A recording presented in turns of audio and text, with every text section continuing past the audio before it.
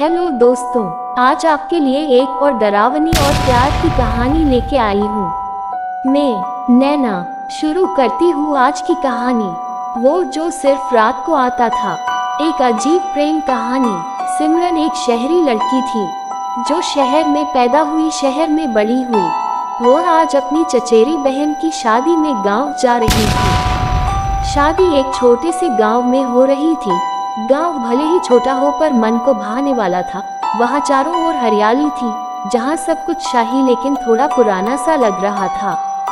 वहाँ दिन भर की चहल पहल बनी रहती थी, बट रात के समय वहाँ एक अजीब सा सन्नाटा छा जाता था। करीब रात के 12 बजे हो गए जब सब लोग गहरी नींद में सो रहे थे। सिमरन को नींद नहीं आ रही थी तो वह छत पर ठंडी हवा खाने के लिए गई।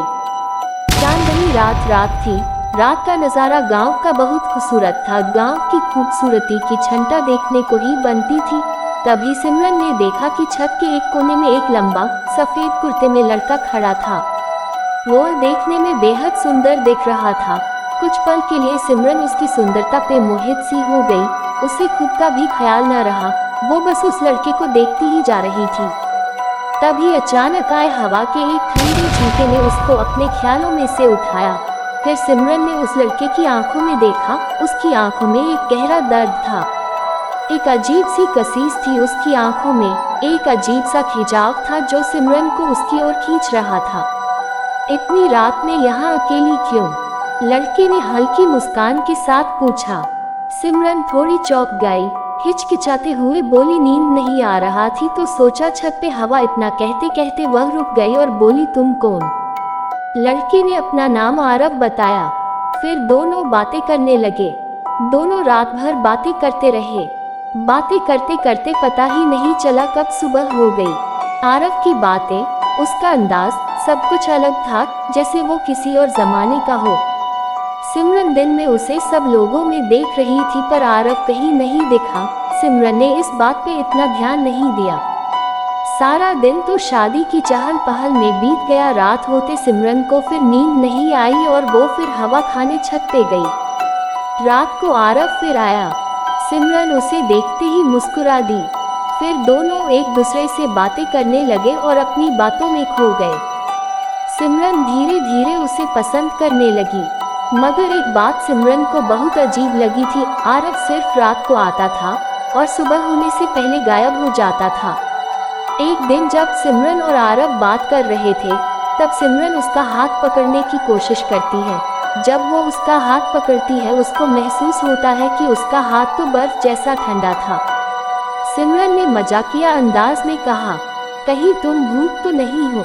आरव ने भी हल्का सा मुस्कुराते हुए बोला, अगर हाँ कहूँ तो क्या मुझसे प्यार करना छोड़ दोगी? सिमरन हंस पड़ी, लेकिन उसके दिल में एक अजीब सी घबराहट थी।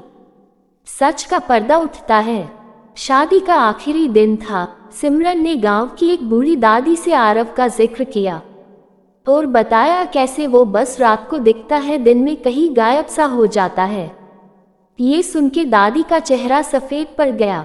आरव बेटा, ये नाम फिर से मत लेना, बूढ़ी दादी ने डरते हुए कहा। सिमरन चौंक गई और बोली, क्यों दादी?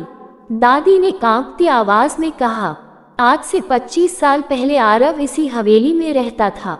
आरव बहुत ही अच्छा लड़का था, बहुत हंसमुख था। फिर उसकी शादी तय हुई। सब बहुत खुश थे, सब कुछ बहुत अच्छा चल रहा था। वो और उसकी मंगेतर इस छत पर मिला करते थे। पर अचानक शादी से ठीक एक दिन पहले आरव की रहस्यमयी मौत हो गई। किसी को आज तक नहीं पता कि वो कैसे मरा, उसके साथ क्या हुआ, पर उसके बाद से बहुत से लोगों ने उसे सिर्फ रात को छत पर खड़ा देखा गया। सिमरन एकदम से सहम सी गई और उसकी आंखों के सामने अंधेरा छा गया। वो जिस इंसान से प्यार कर बैठी थी वो तो कब का मर चुका था। ये सुन के उसकी आंखों में आंसुओं की धारा निकल पड़ी। फिर अगली रात, आखिरी मुलाकात। उस रात सिमरन फिर छत पर गई और हाँ, आरव वहां खड़ा था। तुम्हें पता चल गया सिमरन? आरव ने धीमे से कहा।